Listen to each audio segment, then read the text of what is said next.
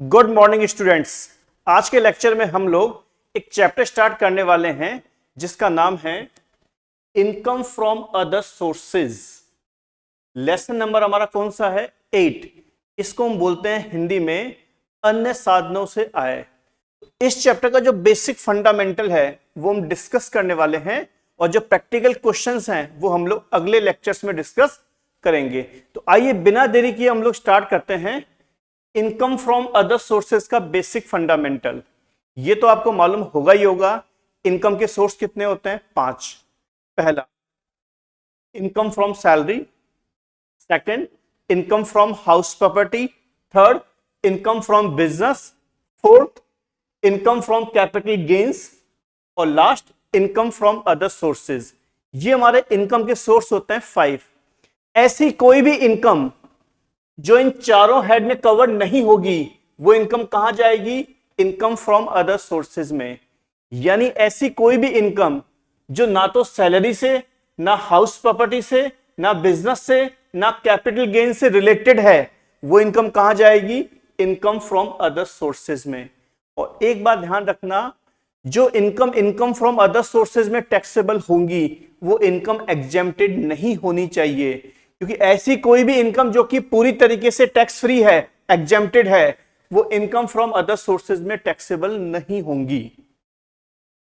इस चैप्टर का जो सबसे पहला प्रोविजन हम लोग डिस्कस करने वाले हैं उसका नाम है फैमिली पेंशन, जिसको बोलते हैं हिंदी में हम लोग पारिवारिक पेंशन।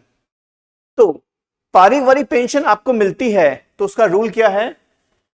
15,000 या फिर 1/3 ऑफ फैमिली पेंशन। जो भी कम है वो क्या हो जाएगा? पूरी तरीके से एग्जेम्प्ट हो जाएगा। इसका मैं एक एग्जांपल ले रहा हूं जिससे आपको पूरा टॉपिक क्लियर होगा। हाँ, मान लेते हैं हमें फैमिली पेंशन मिल रही है 90,000 रुपीज। फैमिली पेंशन का जो अमाउंट है ईयरली वो कितना है? 90,000 रुपीज। अब हमें देखना है कितना अमाउंट टैक्स फ्री होगा और कितना अमाउंट टैक्सेबल होगा। तो सबसे पहले हम लोग फैमिली पेंशन के दो करेंगे पार्ट्स। पहला पार्ट, फर्स्ट पार्ट में क्या आएगा? 15,000। तो सबसे पहले हम लोग लिखेंगे 15,000 और इस तरफ लिखेंगे हम लोग 1/3 ऑफ फैमिली पेंशन, यानी 90,000 का 1/3 कितना आ गया? 30,000। इन दोनों में से जो भी कम है वो क्या हो जाएगा? Tax free. तो यहां पर 15,000 रुपीज क्या हो जाएगा? Tax free.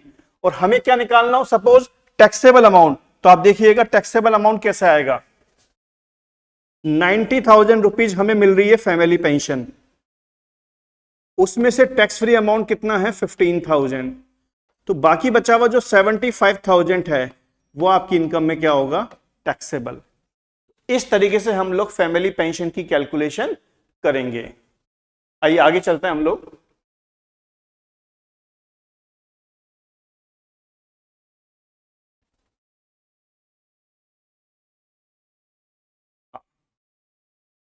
सेकंड जो हमारा रूल है वो है गिफ्ट।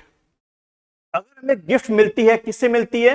नॉन रिलेटिव से, तो हम देखेंगे गिफ्ट का अमाउंट कितना है। अगर गिफ्ट का अमाउंट 50,000 रुपीज है या उससे कम है तो वो क्या हो जाएगा? Tax free. और गिफ्ट का अमाउंट कितना है? 50,000 से ज्यादा, तो पूरा ही अमाउंट क्या होगा? टैक्सेबल होगा। मैं एक एग्जांपल ले रहा हूं उससे आपको क्लियर होगा। हाँ, मान लेते हैं मुझे गिफ्ट दिया है दो फ्रेंड्स ने। एक ने गिफ्ट दिया 30,000 और एक ने गिफ्ट दिया 15,000। मैं इन दोनों को प्लस कर लूंगा, टोटल अमाउंट कितना हो गया? 45,000। अगर गिफ्ट का अमाउंट 50,000 से कम है तो वो पूरी तरीके से क्या हो जाएगा? Tax free. अब मान लेते हैं मुझे गिफ्ट मिली है दूसरे एग्जांपल में 35,000 एक फ्रेंड से, 15,000 दूसरे फ्रेंड से और तीसरे फ्रेंड से अगेन 15,000। तो मुझे गिफ्ट कितनी मिल रही है? 65,000।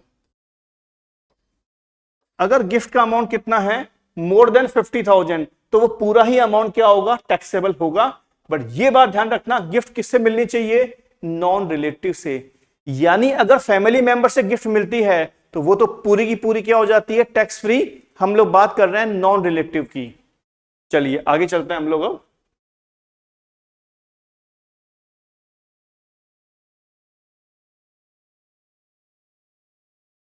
कैजुअल इनकम या फिर लॉटरी की इनकम, ऐसी कोई भी इनकम जो कि लक पे डिपेंड हो, भाग्य पे डिपेंड हो, किस्मत पे डिपेंड हो, उसे हम बोलते हैं कैजुअल इनकम या लॉटरी की इनकम। एक बात ध्यान रखना, अगर लिखा हुआ जाए कैजुअल इनकम रिसीव्ड या फिर लॉटरी इनकम रिसीव्ड और उसका अमाउंट कितना हो, मोर देन 10,000 रुपीज, तो उसे सबसे पहले ग्रॉसअप करना होगा। ग्रॉसअप करने का फॉर्मूला क्या होता है, अमाउंट रिसीव्ड इंटू 100/70। ग्रॉसअप करने के बाद जो वैल्यू आएगी वही आपकी इनकम में क्या होगी, टैक्सेबल होगी। एक बात ध्यान रखना, ग्रॉसअप कब होता है, जब उसका अमाउंट कितना हो, मोर देन 10,000। मैं एक एग्जांपल ले रहा हूं जिससे आपको पूरा का पूरा टॉपिक क्लियर होगा। सपोज लॉटरी से मैंने इनकम जनरेट की 1,00,000 रुपीज। हाँ, ये बात ध्यान रखना, इनकम जो मैंने जनरेट की है वो कितनी है, 1,00,000 रुपीज। लॉटरी से जो भी इनकम होती है गवर्नमेंट उस पर क्या लेती है, टैक्स, और वो टैक्स होता है 30%। और इस टैक्स को बोला जाता है TDS, tax deducted at source, यानी उद्गम स्थान पे कर की कटौती। तो 1,00,000 का जो 30% निकालेंगे हम लोग, कितना हो गया, 30,000। यानी हमें कितना अमाउंट मिलेगा, 70,000। ये कहलाएगा रिसीव्ड। दैट मीन्स हमने लॉटरी से 1,00,000 रुपीज अर्न किए, उसमें से 30% चला गया टैक्स का, तो हमें कितना पैसा मिला, 70,000। तो एक बात ध्यान रखिएगा आप लोग, ये जो 1,00,000 है इसे बोला जाएगा ग्रॉस वैल्यू, और ये 70,000 है इसे बोला जाएगा नेट वैल्यू। आपकी इनकम में जो टैक्सेबल होगा वो होगा हमेशा ग्रॉस वैल्यू, यानी ग्रॉस वैल्यू ही आपकी इनकम में क्या होगी, टैक्सेबल होगी। अगर आप सोच रहे हैं कि हमें मिला तो 70,000, बट ऐसा नहीं है। As per income tax rules जो ग्रॉस वैल्यू है वही आपकी इनकम में क्या होगी, टैक्सेबल होगी। अब सपोज क्वेश्चन में हमें लिखा हुआ जाए 70,000 रिसीव्ड, तो वो टैक्सेबल अमाउंट किस तरीके से निकालेंगे या ग्रॉस अमाउंट किस तरीके से निकालेंगे वो बता रहा हूं मैं। ये फॉर्मूला हमें पुट करना होगा, देखिएगा कैसे। अमाउंट रिसीव्ड, अमाउंट रिसीव्ड कितना है, 70,000 इंटू 100/70। यहां 70 क्यों किया, क्योंकि टैक्स की रेट कितनी है, 30%। अगर मैं 100 में से टैक्स रेट लेस कर दूं 30, तो ऑटोमेटिक क्या आ जाएगा, 70। तो अमाउंट रिसीव्ड इंटू 100/70, ये फॉर्मूला पुट किया तो इससे आंसर क्या निकल गया, 1,00,000। ये कहलाएगी हमारी ग्रॉस वैल्यू, और ग्रॉस वैल्यू ही आपकी इनकम में टैक्सेबल होगी। तो अगर क्वेश्चन में लिखा हुआ जाए लॉटरी प्राइज रिसीव्ड या कैजुअल इनकम रिसीव्ड, तो आप ये मानिएगा कि वो क्या है, नेट वैल्यू। और नेट को हम लोग सबसे पहले ग्रॉस में चेंज करेंगे, और ग्रॉस वैल्यू ही आपकी इनकम में क्या होगी, टैक्सेबल होगी। ये फॉर्मूला हम लोग तभी लगाएंगे जब लॉटरी का जो अमाउंट है वो कितना होना चाहिए, मोर देन 10,000। क्योंकि लॉटरी का अमाउंट अगर 10,000 से कम है तो नेट और ग्रॉस वैल्यू सेम रहती है और उस पर टीडीएस नहीं लगता। अगली बात, मैं एक एग्जांपल और ले रहा हूं आपके सामने। मान लो क्वेश्चन में लिखा हुआ जाए लॉटरी अमाउंट रिसीव 35,000 और हमें क्या निकालनी है, gross value. Same formula, amount received into 100/70, ये वैल्यू आ गई 50,000। ये कहलाएगी ग्रॉस वैल्यू, और ग्रॉस वैल्यू ही आपकी इनकम में टैक्सेबल होगी। एक बात ध्यान रखना, ग्रॉस वैल्यू हमेशा क्या होती है, ज्यादा, और नेट वैल्यू हमेशा क्या होती है, कम। ग्रॉस वैल्यू और नेट वैल्यू का जो डिफरेंस है उसे कहा जाता है टीडीएस, यानी टैक्स डिडक्टेड एट सोर्स। ये हमारा छोटा सा कॉन्सेप्ट था कैजुअल इनकम रिसीव्ड का। चलिए आगे चलते हैं हम लोग अब।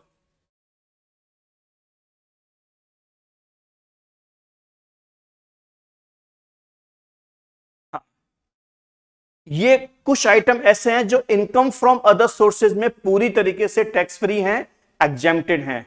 जैसे क्वेश्चन में कहीं भी लिखा हुआ आ जाए डेली अलाउंस, दैनिक भत्ता, तो वो पूरी तरीके से क्या होगा, टैक्स फ्री। उसे हम ना तो कहीं ऐड करेंगे ना कहीं लेस करेंगे। दूसरा, गिफ्ट, रिलेटिव से गिफ्ट मिलती है हमें रिलेटिव से, तो वो पूरी तरीके से क्या होगी, टैक्स फ्री, भले ही उसका अमाउंट कितना भी हो। एग्रीकल्चर इनकम इन इंडिया, अगर कोई कृषि आय है जो भारत की है तो वो भी क्या है, tax free. Capital investment bonds, relief bonds, ये दोनों ही इन्वेस्टमेंट जो हैं वो टैक्स फ्री हैं। तो जब भी क्वेश्चन में लिखा हुआ आ जाए कैपिटल इन्वेस्टमेंट बॉन्ड्स या रिलीफ बॉन्ड्स, तो वो टैक्स फ्री हो जाएंगे, एग्जेम्प्टेड हो जाएंगे। विल, वसीयत, वसीयत में जो भी चीजें आपको मिलती हैं वो पूरी तरीके से क्या हो जाती हैं, टैक्स फ्री। लॉटरी से संबंधित जो भी एक्सपेंसेस हैं उन्हें हम इग्नोर कर देंगे, यानी उनका हमें डिडक्शन कहीं नहीं मिलेगा।